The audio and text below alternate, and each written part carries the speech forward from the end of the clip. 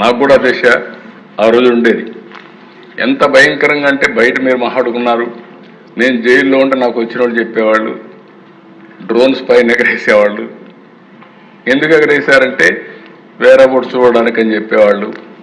భయంకరమైన వాతావరణం. అప్పుడే పవన్ కళ్యాణ్ కూడా బయలుదేరి హైదరాబాద్ నుంచి వస్తే రానీయకుండా దారంతా అడ్డం పెట్టి ఎక్కడెక్కడో చెప్తే రోడ్డు మీద పడుకొని తర్వాత బాలకృష్ణ గారు పవన్ కళ్యాణ్ గారు వచ్చి నన్ను కలిసే పరిస్థితికి వచ్చారు.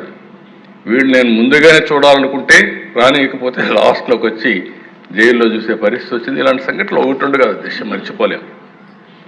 నాకు ఏదైనా కోపం ఉంటే కక్ష తీర్చుకోవాలంటే ఫస్ట్ డే నేనే అరెస్ట్ చేసి ఉండాలి. మీరు గుర్తుపెట్టుకోవాలి, నాది కక్ష రాజకీయం కాదు. మళ్ళీ మళ్ళీ చెప్తున్నా. అంటే మీరు అనుకోవచ్చు మీరేమైనా భయపడతారేమో అని. కాదు, ఆ విషయం కూడా చెప్తున్నా.